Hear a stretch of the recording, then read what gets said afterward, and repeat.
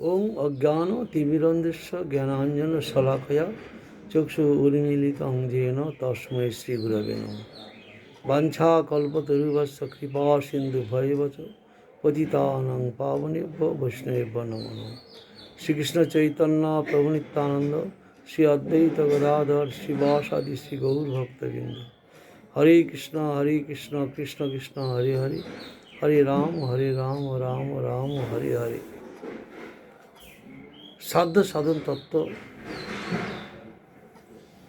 সব থেকে শ্রেষ্ঠ রায় রামানন্দ মহাপ্রভুকে বললেন, রাধাই প্রেমের শিরোমণি।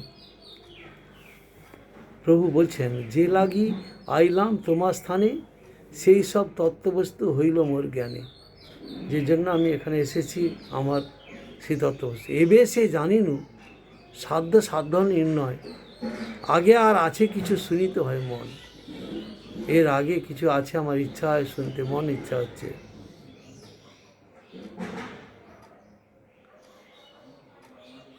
প্রভুর প্রশ্ন, কৃষ্ণ রাধা রস প্রেমের স্বরূপ তত্ত্ব বর্ণার্থ রায়কে অনুরোধ। কৃষ্ণ কি বস্তু, রাধা কি বস্তু, রস তত্ত্ব কি, প্রেমের স্বরূপ তত্ত্ব। কৃষ্ণের স্বরূপ কহ, রাধার স্বরূপ, রস কোন তত্ত্ব, প্রেম কোন তত্ত্বরূপ।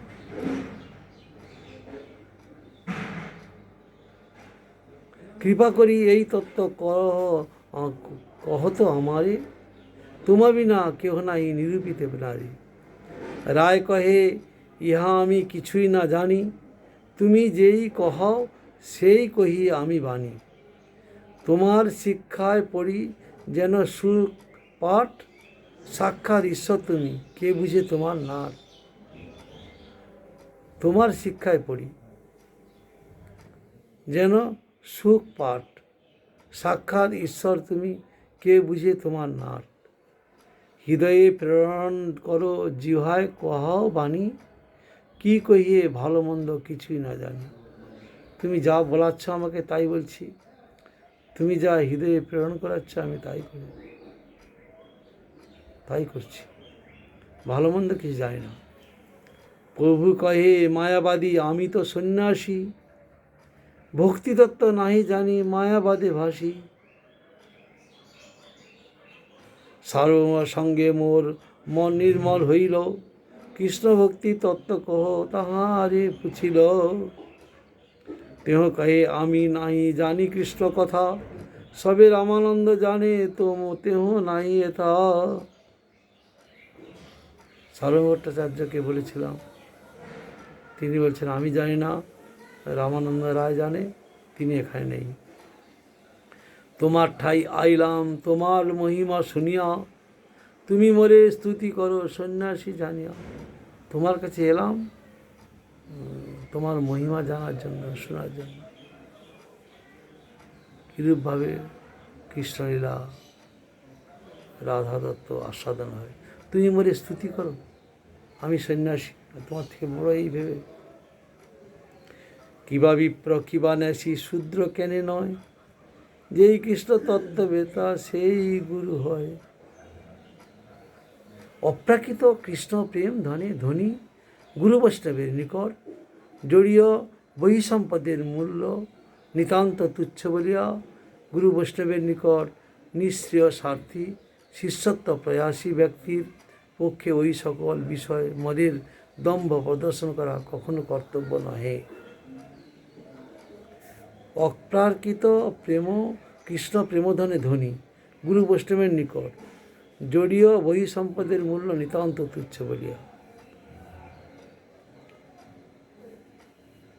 ওই সকল বিষয়ে মদের দম্ভ প্রদর্শন করা কখনোই কর্তব্য নয়। জন্ম ঐশ্বর্য শ্রুত ও শ্রীর অভিমানকে সম্বল করিয়া কেউ যদি গুরু বৈষ্ণবের নিকট বহির্দৃষ্টিতে উপস্থিত হইয়া প্রকৃতপক্ষে প্রণিপাত পরিপ্রশ্ন ও সেবার সহিত অভিগমন না করে, অর্থাৎ জন্ম আমার উত্তম কুলে, ব্রাহ্মণ সন্তান আমি, আমার প্রচুর ঐশ্বর্য,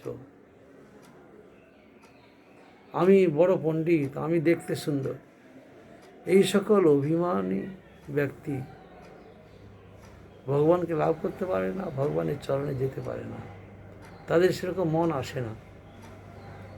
যারা এইগুলোতে অভিমান করে, গুরু বৈষ্ণবের নিকট বহির্দৃষ্টিতে উপস্থিত হইয়াও প্রকৃতপক্ষে যদি প্রণিপাত পরিপ্রশ্ন সেবা, গীতায় বলেছেন তদ্বিদ্ধি প্রণিপাতেন পরিপ্রশ্নেন সেবয়া উপদেক্ষন্তি তে জ্ঞান জ্ঞানী তত্ত্বদর্শী।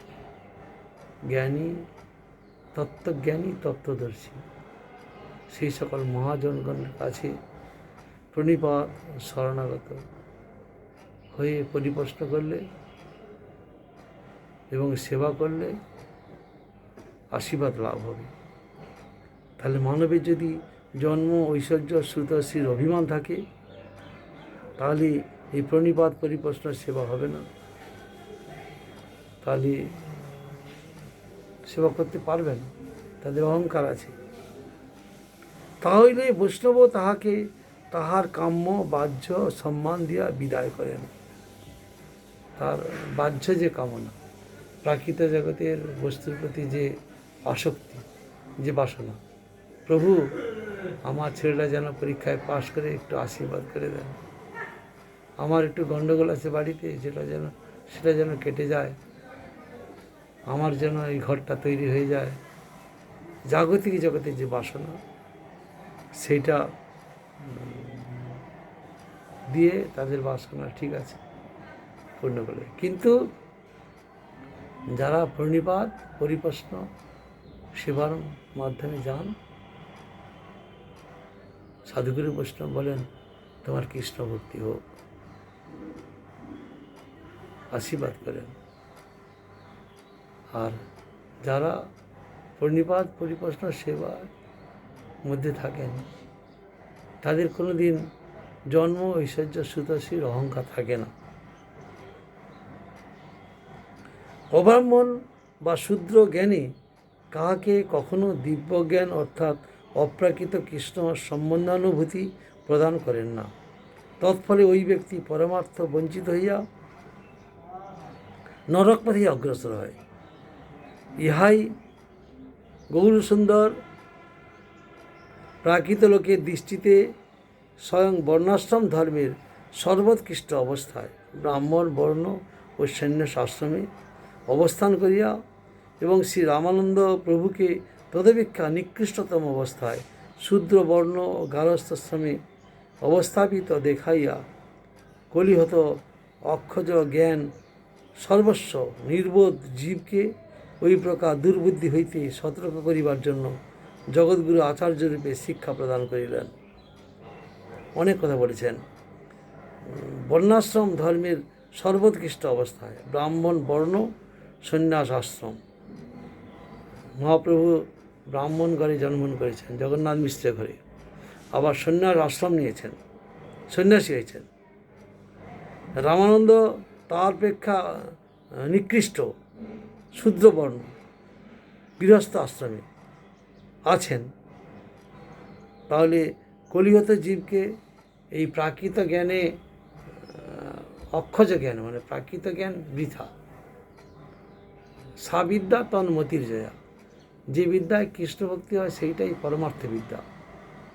এই অক্ষজ জ্ঞান সর্বস্ব নির্বোধ জীবকে, যাদের প্রাকৃত জ্ঞানে অহংকার করেন, দিগ্বিজয় পণ্ডিতকে মহাপ্রভু বলেছিলেন সেই সে বিদ্যার ফল জানিও নিশ্চয়, কৃষ্ণ পাদ পদ্মে যার চিত্তবৃত্ত রয়। অর্থাৎ যে সকল বিদ্যা ভগবানের সেবা নিযুক্ত হয় সেটাই হচ্ছে প্রকৃত বিদ্যা। আর ভগবানের সেবা নিযুক্ত না হলে সেই শ্রুত অর্থাৎ বিদ্যা এই জগতের বস্তুকে আকর্ষণ করে। জড়বিদ্যা যত মায়ার বৈভব, ভজনের পথে বাধা, অনিত্য সংসারে মোহ জনমিয়া জীবকে করে গাধা। এই জড় জগতের ভোগ চরিতার্থ করার জন্য সবসময় অবস্থান করেন। আর সেটা যদি ভগবানের সেবা নিযুক্ত হয়, অর্থাৎ পরাবিদ্যা লাভ হয় তাতে ভক্তি হবে। সেই পরাবিদ্যা লাভ হলে তাহলে ভগবানের সেবায় নিযুক্ত হবে। তাই অক্ষজ জ্ঞান সর্বস্ব নির্বোধ জীবকে ওই প্রকার দুর্বুদ্ধি হইতে সতর্ক করিবার জন্য জগৎগুরু আচার্যরূপে শিক্ষা প্রদান করিলেন। তিনি ব্রাহ্মণ, সন্ন্যাসী, শূদ্র, গৃহস্থ রামানন্দের কাছে যে শিক্ষা লাভ করছেন, এটা দেখাচ্ছেন যে কিবা বিপ্র কিবা নেশি শূদ্র কেনে নয়, যেই কৃষ্ণ তত্ত্ববেত্তা সেই গুরু হয়। প্রভু কহিলেন, আমি ব্রাহ্মণ করে জন্মগ্রহণ করিয়া সন্ন্যাস গ্রহণ করিয়াছি, সুতরাং শূদ্রদিগের নিকট হইতে ধর্মশিক্ষা আমার অনুচিত এরূপ মনে করিও না। কেননা বর্ণাশ্রম রূপ ধর্মশিক্ষা ও দীক্ষাতেই ব্রাহ্মণ গুরুর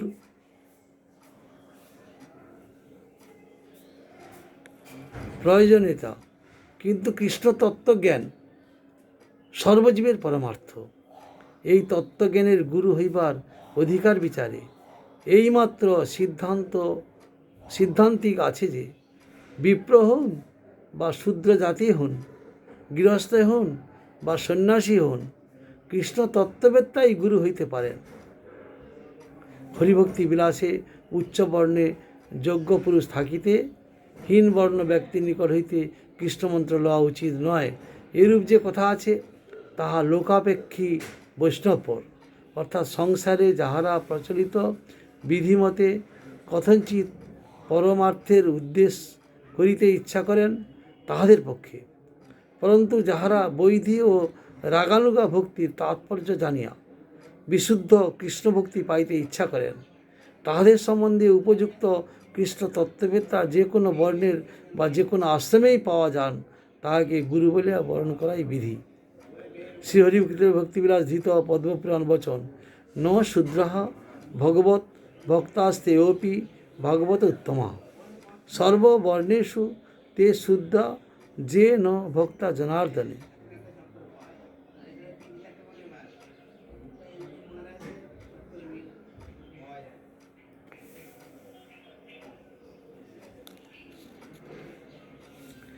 বর্ণে ব্রাহ্মণই হন বা ক্ষত্রিয় বৈশ্য শূদ্রই হন, আশ্রমে সন্ন্যাসী হন বা ব্রহ্মচারী বানপ্রস্থ গৃহস্থই হন, যে কোনো বর্ণে বা যে কোনো আশ্রমেই অবস্থিত হন, কৃষ্ণ তত্ত্ববেত্তাই গুরু অর্থাৎ বর্তম প্রদর্শক, দীক্ষাগুরু ও শিক্ষাগুরু হইতে পারেন। গুরুর যোগ্যতা কেবলমাত্র কৃষ্ণ তত্ত্বজ্ঞতার উপরই নির্ভর করে, বর্ণ বা আশ্রমের উপর নির্ভর করে না। শ্রীমান মহাপ্রভুর এই আদেশ শাস্ত্রীয় আদেশের বিরুদ্ধ নহে। এই তাৎপর্য অনুসারে শ্রী বিশ্বম্ভর মহাপ্রভু শ্রী ঈশ্বরপুরী সন্ন্যাসীর নিকট, শ্রী নিত্যানন্দ প্রভু শ্রী মাধবেন্দ্রপুরী গোস্বামীর মতান্তরে শ্রীমৎ লক্ষ্মীপতি তীর্থ সন্ন্যাসীর নিকট, শ্রী অদ্বৈত আচার্য ওই মাধবেন্দ্রপুরী সন্ন্যাসীর নিকটই দীক্ষিত হইয়াছিলেন।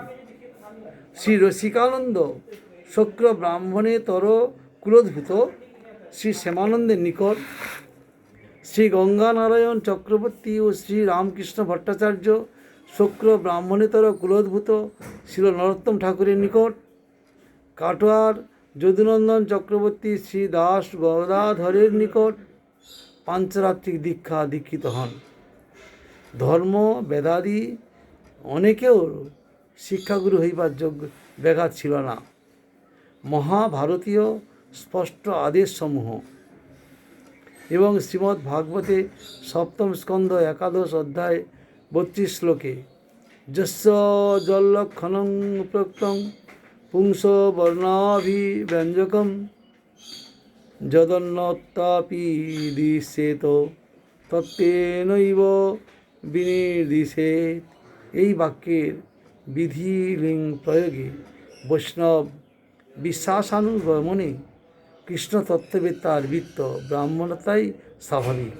সুতরাং কলি প্রচলিত শুক্র সম্বন্ধ ব্যতীত ব্রাহ্মণতা যেখানে হইতে পারে না, তৎসলে কৃষ্ণ তত্ত্ববিদ হইলে শুক্র শূদ্র শাস্ত্রীয় ব্রাহ্মণতা লাভ করিয়া গুরু হইতে পারেন। ইহাই শ্রীমন মহাপ্রভু সূক্ষ্মভাবে বুঝাইয়া দিলেন। যে সকল কৃষ্ণ তত্ত্ববিদ বৈদিক বাজসনের সনেও শাখা অন্তর্গত কাত্যায়ন গৃহ্য সূত্রোক্ত সাবিত্র সংস্কার গ্রহণ করেন না, তাহারা একায়ন সাক্ষী দক্ষ ব্রাহ্মণ মাত্র। কিন্তু নির্বোধ লোকেরা তাহাদিগকে অনেক সময় অচ্যুত ব্রাহ্মণ বলিয়া বুঝিতে না পারিয়া নিরয়গামী হন। তজ্জন্য রসিকানন্দ প্রভুর বংশী, শ্রীখণ্ডের শ্রী মুকুন্দ দাসের বংশী, নবনী হরের বংশী সাবিত্র ব্রাহ্মণ সংস্কার এবং শৌক্র বিপ্র শিষ্য সম্প্রদায়ের আচার্য কার্য আবহমান কাল চলিয়া আসিতেছে। ভজনানন্দী বৈষ্ণবগণ সাবিত্র সংস্কার গ্রহণ করেন নাই বলিয়া উহাই যে একমাত্র বিধি হইবে এরূপ নহে। বৈষ্ণবগণ লক্ষণ দ্বারা বর্ণ নির্ণয় করিয়া থাকেন, কিন্তু নির্বোধগণ তাদৃশ লক্ষণ দ্বারা বর্ণ নির্ণয় করিতে অসমর্থ বলিয়া শ্রীমন মহাপ্রভু স্পষ্টভাবেই শাস্ত্র তাৎপর্য বুঝাইয়া দিলেন। হরিভক্তি বিলাসে সংগৃহীত সিদ্ধান্ত শ্রীমন মহাপ্রভুর নিজ আদর্শাচারে ও উপদেশের সহিত এক হইলেও নির্বোধের বিচারে ভিন্ন বলিয়া প্রতীত হয়। এই সংখ্যাধীত গুরু শব্দটিতে তাহার বিচারে শ্রবণ গুরু বা ভজন শিক্ষাগুরুই উদ্দিষ্ট, দীক্ষা বা মন্ত্রদাতা গুরু উদ্দিষ্ট হন নাই। কেননা তাহার মতে বংশ পরিচয় অর্থাৎ রক্ত বা শুক্রই দিব্যজ্ঞান দাতার অধিকার নির্ণয় ও পরিচয় প্রদান করে। সুতরাং শুদ্ধাত্মবৃত্তি কৃষ্ণভক্তি তাহার মতে নিরপেক্ষ নহে। বিশেষত দীক্ষাগুরু বা মন্ত্রদাতার শ্রেষ্ঠত্ব ও মাহাত্ম্য তাহার মূর্খতা অনুসারী শ্রবণ গুরু অথবা ভজন শিক্ষা গুরু অপেক্ষা অধিকতর। এ সম্বন্ধে বস্তুত ঐরূপ ধারণা তাহাদের অক্ষজ জ্ঞান জনিত অপরাধের ফলমাত্র, পারমার্থিক জ্ঞান নাই। জাগতিক জ্ঞানে তারা এই বিচার করে। বাঞ্ছা কল্পতরুশ্চ কৃপা সিন্ধু ভয়বচ পতিতানাং পাবনেভ্যো বৈষ্ণবেভ্যো নমঃ।